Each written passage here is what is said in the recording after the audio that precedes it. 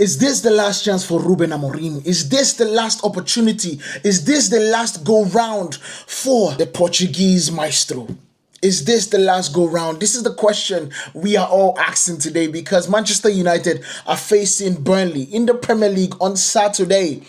And truly, this could be the last situation that we see Ruben Amorim be the manager of Manchester United. Let's break this down. This is the preview. And yes, we had a horrendous night yesterday against Grimsby, whatever the crap their name is. But Manchester United now have to focus on the Premier League. And as we are going to focus on the Premier League, we have to talk about Burnley. We have to give you guys the preview. We have to break it down, because the truth about it, Ruben Amorim needs to start winning. I've said this so many times. I am firmly behind. I stand at a lot behind Ruben Amorim. I'm at a lot behind the manager. But he needs to start winning, because that's the only way he's going to be able to finish what he has started, because he has done such good things in Manchester United. He has put the line in the sand. Ineos has backed him, releasing players that were more problematic than beneficial for Manchester United. And for him to be able to finish what he started, Manchester United and Ruben Amorim need to start winning. And so it's going to start on Saturday against Burnley. Newly promoted side, an opportunity for you to get 3 points, and convincingly, might I add. That is the goal that you need to do. You need to get 3 points, and convincingly. You get me? That is the idea. You need to. And we are going to start. So Old Trafford under the lights, 2 projects at 2 different stages, and a game that will decide on control versus disruption. Here is the full field picture, from shapes, matchups, and tactical traps that will swing the game. Let's get this party started, because this is the preview of Manchester United versus Burnley. Let's go.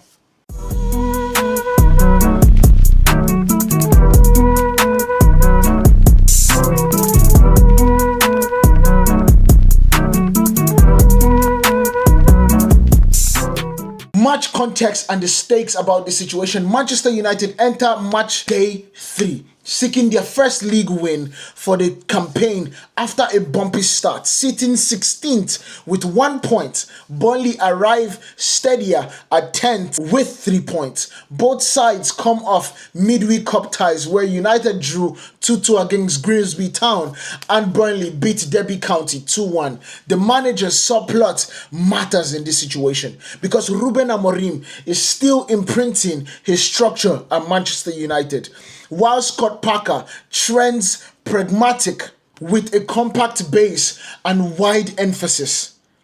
The last meeting ended 1-1, and historically, United own the head-to-head, especially at Old Trafford. The fixture is scheduled, of course, for August 30th, 2025. Round 3 of the Premier League begins. Important worth flagging. In the 7 of the last 10 meetings, the match has finished under 2.5 goals, and these games often hinge on the first goals and the set plays rather than a prolonged end-to-end chaos. When I was writing this, I put my head on my hand, because if there's one thing that Manchester United does not have right now, is a goalkeeper that knows how to catch set plays. Is a goalkeeper that understands how to command his box. Is a goalkeeper that understands just how to be in the right place at the right time. But guess what? We are not going to fret. We are going to go forward. And then now we are going to be talking about Manchester United's tactical blueprint on how I think Manchester United need to play for us to win this game against Burnley. United build is trending towards the 4-2-3-1. That morphs, of course, into the 3-2-5 in possession. The key is the backline's rest defense, spacing of how Diogo Dalot inverts to form a second pivot alongside Manu Ugarte or Kobbie Mainoo. When Dalot steps in, the far side fullback winger is then tucked, maintains the width, and he stays wide. Mainoo's ball carrying becomes the progression leveler. But the situation is that Kobbie Mainoo is probably not even going to play this game. He's not going to start anyway. It's going to be Bruno, Casemiro. Those are the 2 players that are going to come in. The first phase, of course, is going to be Alta Ben Yedder. We'll bait the first line, inviting pressure in order for them to start opening half spaces. We have seen the triangle that Ruben Amorim started against Arsenal. That is what we are going to be playing. And that all starts with Ben Yedder. The risk is central turnovers. We saw that against Grimsby. It is a true problematic situation. When we lose the ball trying to build up, the press is immediate. It's just bang. You understand? Except for Amorim to emphasize third man contributions into the right half spaces where Ahmad can receive with Matheus Cunha drifting inside to knit the play. That is something we are going to see. That basically means the triangles on the wings is what we are going to be seeing. We are going to see the number 10, whether it's Brian Mbeumo or Matheus Cunha, drop in for him to be able to receive the play and then create a triangle between the double pivot and the wing backs. That is what I'm basically saying in that situation. And then we go into chance creation, because that opportunity where we create triangles is what is then going to lead us into chance creation. Quick wall presses in half spaces to release underlaps. This is going to be the wing back positions. Cutbacks over speculative crosses. If Patrick Dogu starts, his natural aggression down the left creates 2v1s but requires strong counter-pressing cover from Maino or Ugarte or whoever is playing the double pivot. What I'm going to say in this situation is that we need to use Patrick Dogu more.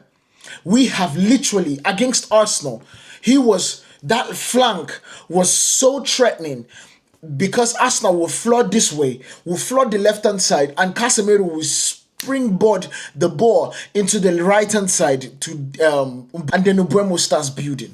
We need to utilize the scare factor that Patrick Dogu brings because of his pace and because of how he knows how to find spaces, ability to carry the ball. We absolutely need to work on that situation.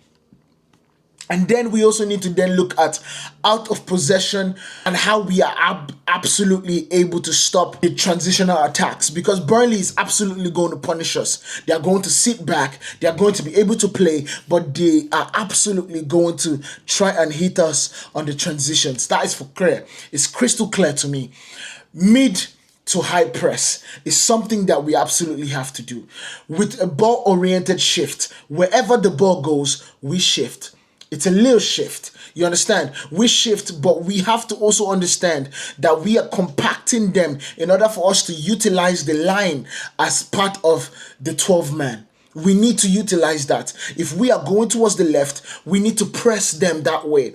It's a little bit harder for them to switch when the press is coming on. Now, the thing about it is that we have fast fullbacks. We have fast backs because we also have the wide centre backs that they run across. It's not going to be as devastating as when we have just one centre back in that position. So it is pivotal that we do the high or mid press towards the ball instead of us basically looking for a heavy touch. We need to be crystal clear about that. And that's the trigger. When it comes to the trigger, a square pass to Burnley's fullback or a negative touch from the number 6 should look to funnel towards the touchline and then pounce on the near 8. The winger of vulnerability remains along the diagonal balls behind the fullbacks and the second ball. I just explained that particular part of the line that I wrote. It is honestly a situation where if we see the loose ball, we see a pass to the fullback, whether it is heavy or into space, we need to be able to push that. That should be a trigger to the left, a trigger to the right. And that is the reason why Benjamin Šeško needs to start this game. You understand?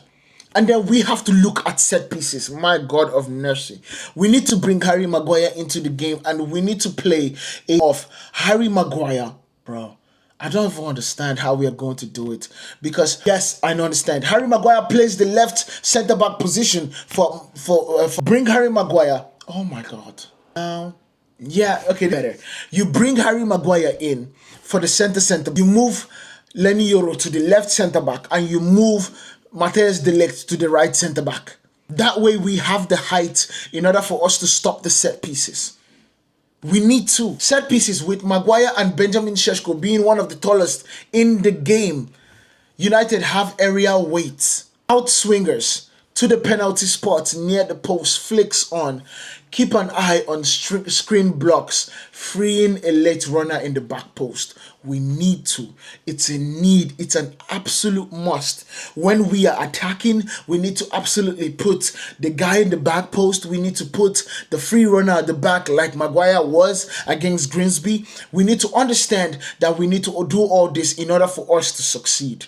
But then defensively, we need to make sure that the goalkeeper is free to move around when he needs to move. We need to make sure that these players do not have any inkling of coming close to Ben Yedder. We need to make sure that the back post and the front post is manned and everybody is switched on. Every single person is switched on. Because at this point, we need all the help that we can get. And I'm basically bringing it back to the style of Didier Drogba in defensive corners.